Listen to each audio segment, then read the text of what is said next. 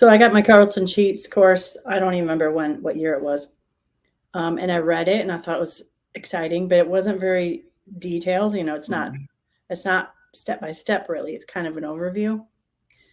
And so I didn't really know what to do with it. So I read it a couple times and then I kind of put it on the shelf for a long time and just thought about real estate. Now, there wasn't a lot of, there wasn't like online stuff wasn't really available. There was the internet, I think, when I started, but it wasn't, there wasn't much real estate stuff on there yet.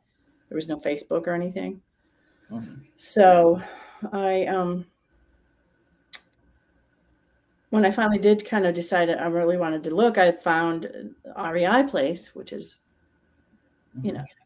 your old business that you had. And I didn't, know too much about sub 2, so I didn't really pay attention to that stuff. But once I was on there, I heard about other coaches and teachers and stuff like that. So I started ordering more courses. Then I had a lot of courses before I did anything. Right. Which is common. I think a lot of people do that. Right. Because I felt like I had to know a sufficient amount of stuff before I could start, or I would be in trouble. Right. I thought it'd be dangerous, So, so I bought. I didn't buy any sub 2 courses. I bought flipping courses and short sale courses and marketing courses. I bought your marketing course way back then. Yeah. But I didn't buy the sub 2 course because, as we've said before, like I don't.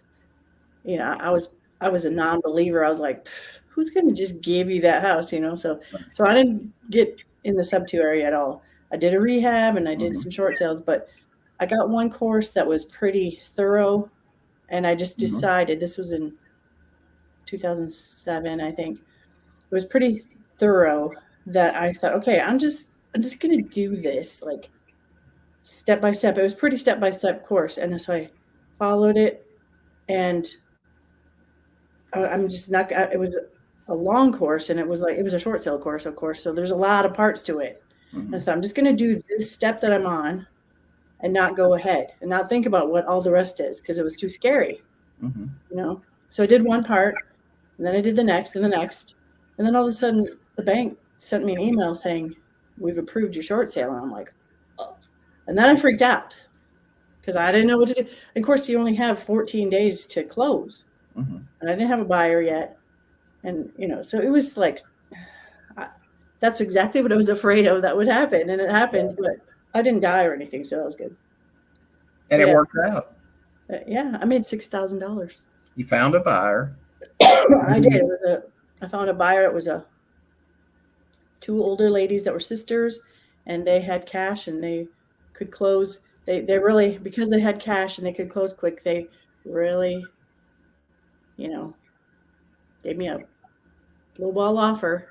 Because I was hoping to make $20,000 on that house, and I probably could have if I'd have waited, but I didn't have time. Right. So they lowballed me, and I thought, you know what? I went onto the REI Place forum and I said, "Here's my dilemma. I know I can get $20,000 more, or $14,000 more if I wait, but I don't have cash, and I need to. This way, I can double close and I can use their cash." And so I said, "So what should I do?" And they're like, "Take the money. Just take it and go. It's your first deal. Just take it and close it and, move forward." So that's what I did.